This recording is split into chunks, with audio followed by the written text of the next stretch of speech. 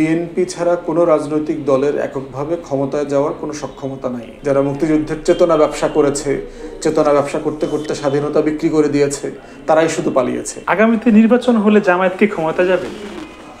বাংলাদেশের বর্তমান যে রাজনৈতিক দলের কাঠামো এবং বিস্তৃতি আছে সারা দেশ জুড়ে, সেখানে বর্তমানের বাস্তবতায় বিএনপি ছাড়া কোনো রাজনৈতিক দলের এককভাবে ক্ষমতায় যাওয়ার কোনো সক্ষমতা নাই। আচ্ছা, এমনিতে আরও যারা পার্টি আছে, আমি যদি এবি পার্টির কথা বলি বা আরও সহযোগী যে সংগঠনগুলো আছে, তাহলে তারা কিসের জন্য কাজ করছে? এবি পার্টি অবশ্যই ক্ষমতা যাওয়ার জন্য কাজ করছে, কিন্তু সেটা হচ্ছে যেহেতু আমরা একটা নবীন দল, আমরা 4 বছর ধরে কাজ করছি, আমাদের অগ্রাধিকার হচ্ছে দল তৈরি করা, বিস্তার করা, সারা দেশে আমাদের বক্তব্য নিয়ে যাওয়া এবং কেন নতুন বাংলাদেশের রাজনীতিতে আমরা প্রাসঙ্গিক সেটা আমরা তুলে ধরার চেষ্টা করছি। সেটা একটা সময় যদি গণমানুষের কাছে গ্রহণযোগ্য হয় এবং তারা মনে করে যে হ্যাঁ এটা আগামী দিনে রাজনীতি হতে পারে, সেক্ষেত্রে তারা হয়তো এই পার্টিকে পছন্দ করবে। সেটা তো একটা ভবিষ্যতের ব্যাপার। আচ্ছা, এমনিতে জাতীয় পার্টির ভবিষ্যৎ কি? তাদেরকে কি জনগণ ক্ষমা করবে? জাতীয় পার্টির কোনো ভবিষ্যৎ নাই। জাতীয় পার্টির ভবিষ্যৎ কখনো ছিলও না। তাদেরকে আওয়ামী লীগ এবং শেখ হাসিনা আইসিইউতে করে দিল্লির পরামর্শে বাঁচিয়ে রেখেছে। অতএব তার কোনো সংগঠন নাই, তার কোনো রাজনীতি নাই এবং তার কোনো ভবিষ্যৎ নাই। তার বিষয়ে আমাদের বক্তব্য হচ্ছে আওয়ামী লীগের যা যা হওয়া দরকার জাতীয় পার্টিরও তাই হইতে হবে। তাদেরকে বিচারের মুখোমুখি করা, যারা এই ফ্যাসিবাদী সরকারের দোসর হিসাবে কাজ করেছে, অন্যায় অবিচার করেছে, ফৌজদারি অপরাধ করেছে, গণতন্ত্র হত্যা করা, ভোট থেকে জাতিকে বঞ্চিত করার যে অপরাধগুলো করেছে, এগুলো সব কিছুর জন্য তাদেরকে জবাবদিহিতার আওতায় আনতে হবে। জিএম কাদেরের মতো তৈমুর আলম, শাহজাহান ওমর, জেনারেল ইব্রাহিম তো আসলে বহাল তবিয়তে আছে, তারা কি অপরাধী নয়? বাংলাদেশে গণতন্ত্রের বিপক্ষে যারা 16 বছর দাঁড়িয়েছে, যারা আওয়ামী ফ্যাসিবাদকে সাহায্য করেছে, তারা সবাই কোনো না কোনোভাবে অপরাধী। বাংলাদেশের রাজনীতি ধ্বংস করবার জন্য, গণতন্ত্র ধ্বংস করবার জন্য, নির্বাচন এবং ভোটকে ধ্বংস করবার জন্য।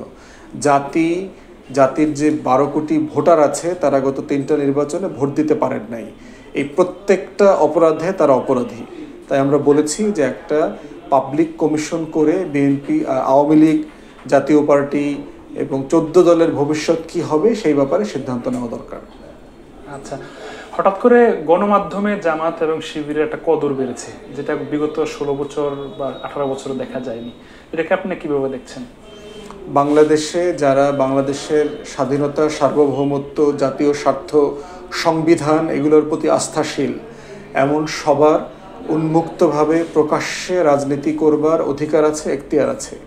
বাংলাদেশে যাদেরকে এই রাজনীতি করবার অধিকার থেকে বঞ্চিত করা হয়েছে, সে যে নামেই হোক, যে দলই হোক, এটা তাদের প্রতি অবিচার করা হয়েছে। বাংলাদেশে প্রত্যেকের রাজনীতি করবার অধিকার সংবিধান আমাদেরকে নিশ্চয়তা দিয়েছে। আমরা চাইব ভবিষ্যতে যেন কখনো কারো রাজনীতি করবার অধিকারকে কেড়ে না নেওয়া হয়। আচ্ছা, শেষ প্রশ্নটা হচ্ছে, মানে যাদেরকে রাজাকার বলা হয় তারা তো আসলে পালায় না অথবা পাকিস্তানও যায় না, কিন্তু যারা মুক্তিযুদ্ধের দাবি করে, মুক্তিযুদ্ধের চেতনা দাবি করে, তারা কিন্তু ঠিকই ভারতে পালিয়ে গেছে। শেখ পরিবার সম্পূর্ণ ভারতে পালিয়ে গেছে। এটা ব্যাখ্যা কি আপনার কাছে?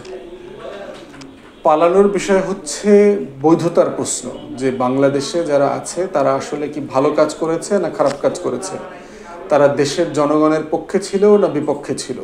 তারাই শুধু পালিয়েছে যারা গণতন্ত্রের বিপক্ষে ছিল, যারা গণহত্যা করেছে, যারা মানবতা বিরোধী অপরাধ করেছে, যারা দেশের হাজার হাজার কোটি টাকা লুটপাট করে বিদেশে পাচার করেছে, যারা বাংলাদেশে গণতন্ত্র হত্যা করেছে। এই সবগুলোর সাথে জড়িত হচ্ছে যারা, তারাই শুধু পালিয়েছে।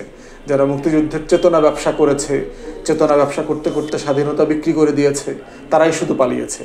অতএব যারা এই ধরনের অন্যায় কাজের সাথে জড়িত ছিলেন না, তারা দেশের নাগরিক, তারা দেশ ছেড়ে পালাবেন কেন? যে কারো ভিন্ন মত থাকতে পারে, ভিন্ন মতের ব্যাপারে আমরা সহনশীল এবং সম্মান করি সবাইকে।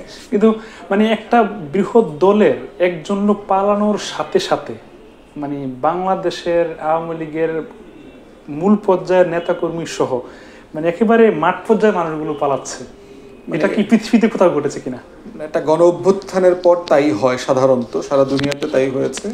কারণ শেখ হাসিনা যে অন্যায়গুলো করেছে সে একা করে নাই, তার দলের লক্ষ লক্ষ নেতাকর্মীকে নিয়ে, প্রশাসনকে দিয়ে, পুলিশ, র্যাব, বিডিআর, সেনাবাহিনী সবাইকে দিয়ে অন্যায়গুলো করিয়েছে। এবং যারা অন্যায় করেছে তারা জানেন যে তারা শেখ হাসিনার সাথে মিলে এই অন্যায় কাজগুলো করেছেন। অতএব তার হাতে অপশন দুইটা, একটা হচ্ছে দেশ ছেড়ে পালানো, তা না হলে আইনের বিচারের মুখোমুখি হওয়া। তারা সিদ্ধান্ত নিয়েছে তারা বিচারের মুখোমুখি হবে না, তারা পালিয়ে যাবে, এবং এটাই খুব স্বাভাবিক।